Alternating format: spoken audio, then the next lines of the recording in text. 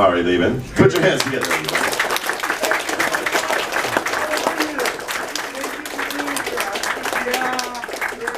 Thank you so much, everybody. Good morning. How are you today? Welcome to Camp Crystal Lake. Really appreciate you taking the time to be here. Okay? How you doing, buddy? Thank you for being here. Yes, sir. Thank you for being here. Yes, sir. Thank you. Hey, everybody. So yeah, it means a lot to me that you're all here, and now I'll have to kill all of you.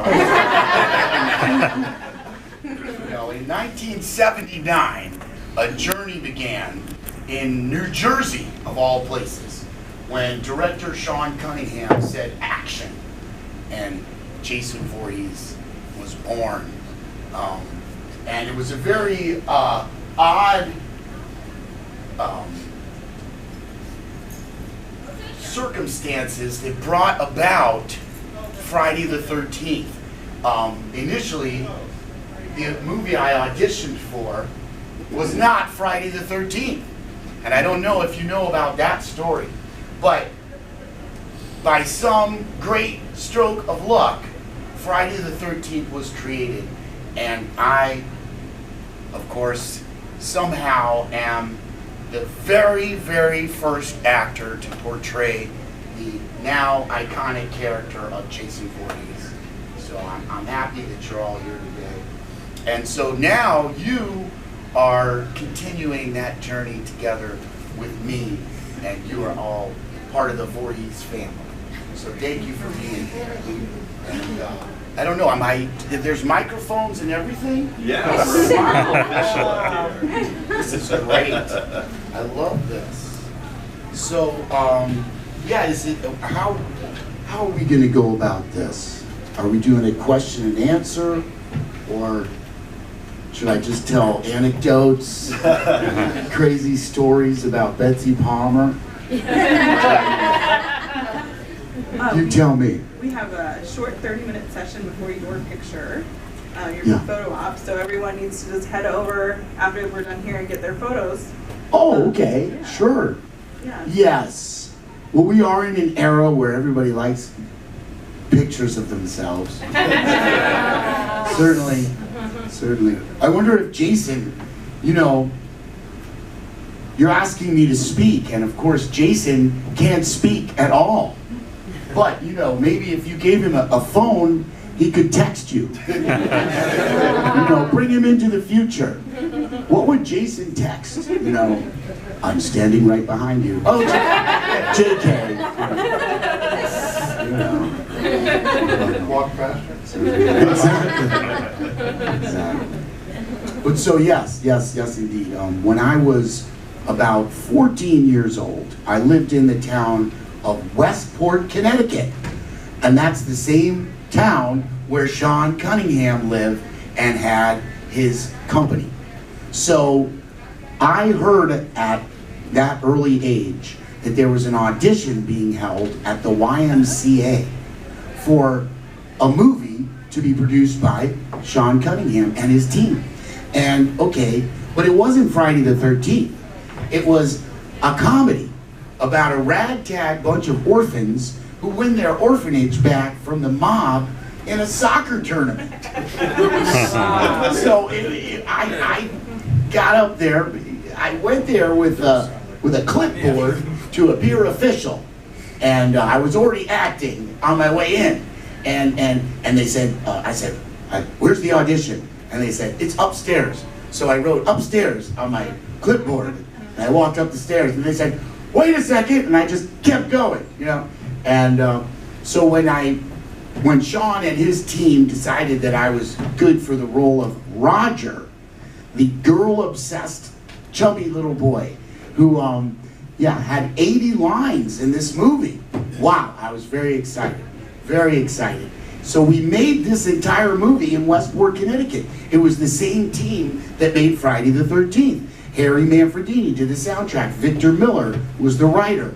Barry Abrams was the director of photography. Sean Cunningham. And there was much more money put into Manny's Orphans than Friday the 13th. But when it arrived, Paramount Pictures said, why didn't you make this movie about basketball or hockey or any other game, lacrosse? No one plays soccer in America in 1978.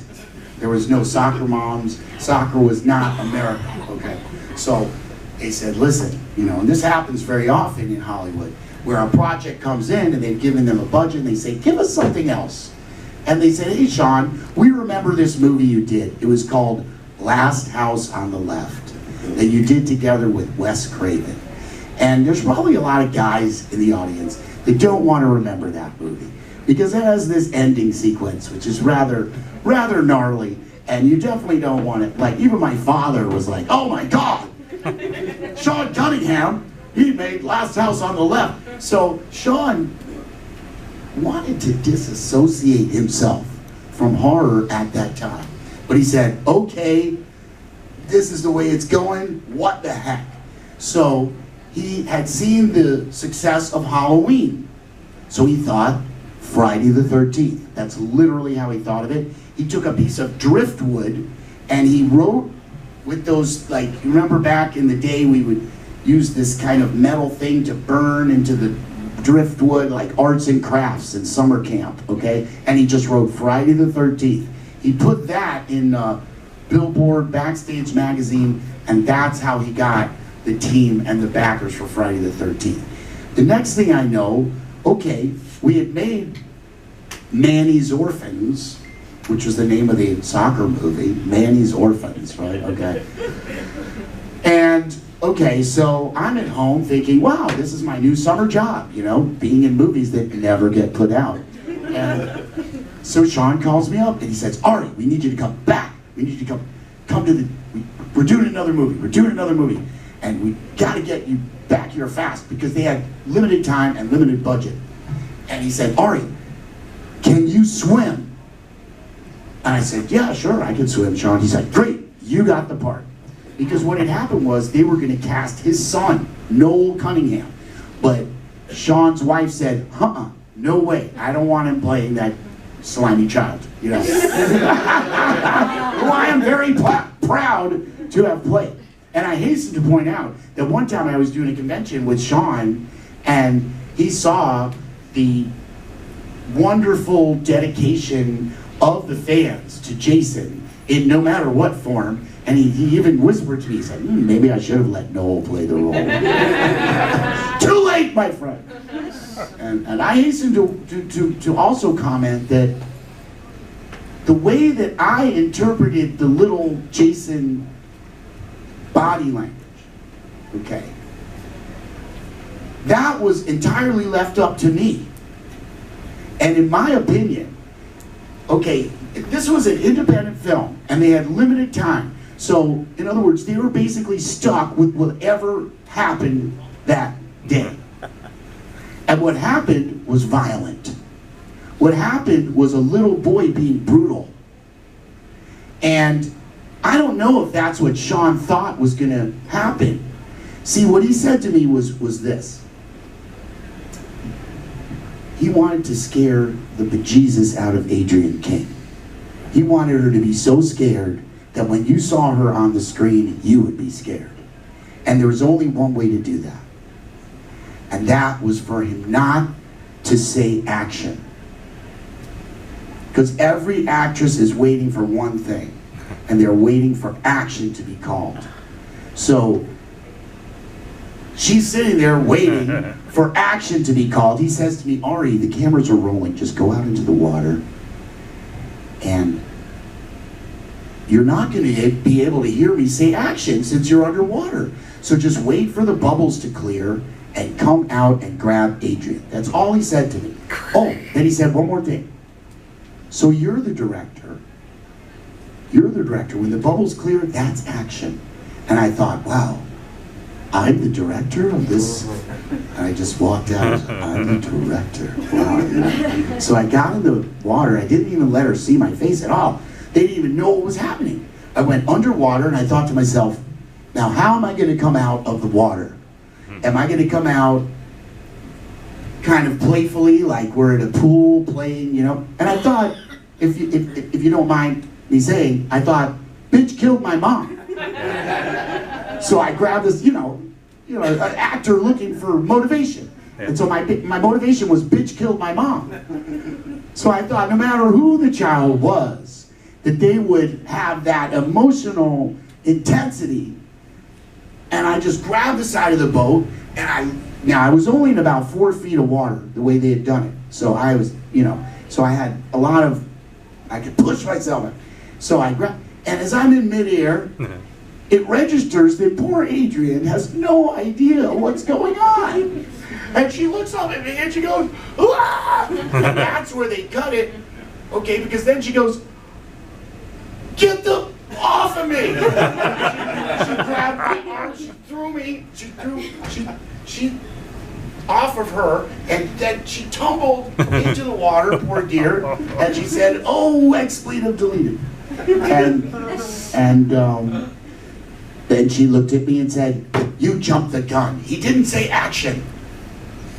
And I looked at Sean, there's even a picture of this, where I'm looking at Sean like, and she's like this, she's like, "Oh, I don't know if you've seen this picture." She's like this, and I'm like, because, Sean, he didn't tell her what was going on. So, but later on he said, "Thank you, you did the right thing, but I didn't, want her to know."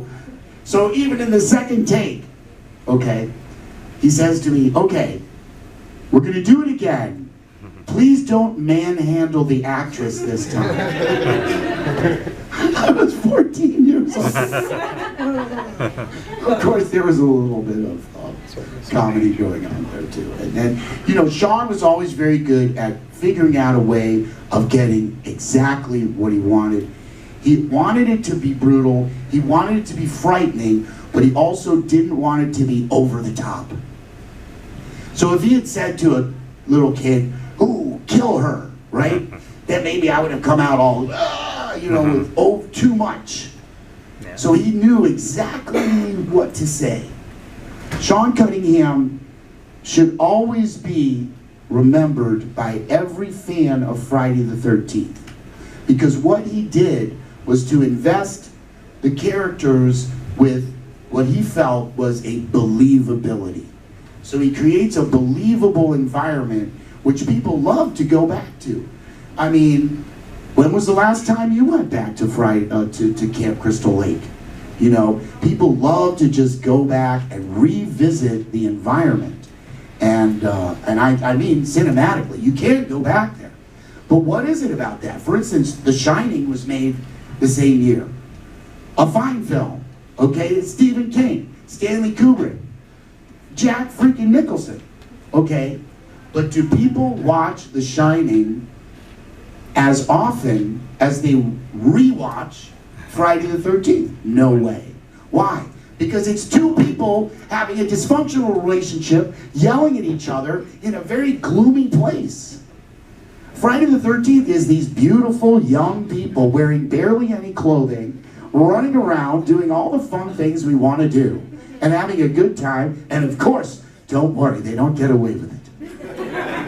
So there's no guilt in the end. And no matter what, when that rainy night begins, because let's remember, it's Kevin Bacon character and I guess Ginny, the two of them, and they have that moment which people often forget about in Friday the 13th, where he says, "Where's Ned?" And she says, "Where's Ned?"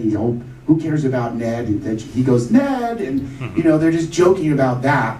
And then, obviously they're gonna be together. So then he looks down and he sees that storm is coming down the valley like a son of a gun.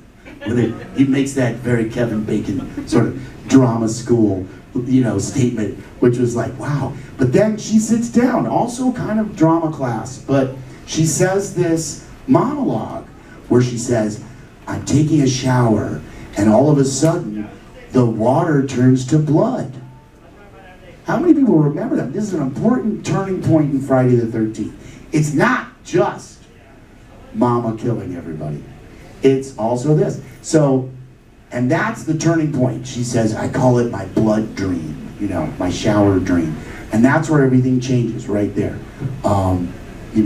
And then what happens next? There's a scene with Kevin and his girlfriend, which is very intense. But when it ends, it turns out that Ned has been there the whole time. Poor Ned. Oh my gosh. But who else was there the whole time? Of course, Mama. Under the bed. Wow. This is Sean Cunningham saying, who was watching? He was watching, she was watching. Who else was watching? You were watching. And that's Sean's kind of subtle touch, where he says, look at the juxtapositions of things that really happen in reality. That can be pretty darn scary. And I ruined his whole thing by coming out of the lake covered in mud, and it just made it into a monster movie. And you know, although I'm very proud and very happy that that final scene was so distracting that now Friday the 13th is about Jason. But I do want everyone to remember how it all began. And it began with, of course, Mama, played by Betsy Palmer. When Adrian runs up, they've killed Bill, they've killed Ned, they've killed everybody. And then she's like, I'm not afraid. And there's this wonderful energy. Oh my God, I just love it. You know, I remember that when I'm in moments and I feel like Adrian sometimes, and I just remember Mom, I say, I'm not afraid. And the way she just approached everything. Because a mother's love lasts forever. And she was going to do anything for her child, and her child would do anything for her. Although, they're both monsters. So what it is, it's righteous vengeance gone horribly awry. Can we care too much? Yes. Yes, we can care too much. And that's the problem. Many of the evil characters in history don't care.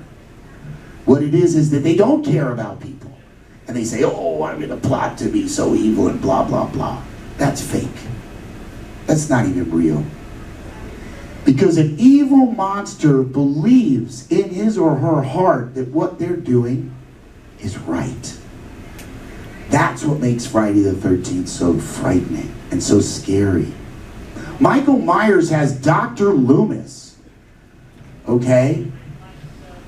A psychiatrist. You can't put Jason Voorhees on a psychiatrist's couch, can you? No, that's not happening. So what we see is a totally different thing. It's not something you can figure out. It's not something you can reason with or figure out the code for. It's death. It's death itself. The mask represents that finality, and the machete represents that finality. So we have to confront it. That's what makes Friday the 13th different than Nightmare on Elm Street, where, you know, the character is just this annoying guy who won't let you sleep. And then Michael Myers, who's just evil. He's just mean. He's just a mean guy. Why is Michael Myers so mean? There's no reason. He's just mean. What reason? He lives in the suburbs. He's got a very nice life. He's got everything he needs.